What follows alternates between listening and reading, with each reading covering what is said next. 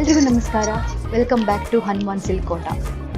Daily ವೇರಿಗೆ stylish look ಬೇಕಾದರೆ this is perfect choice.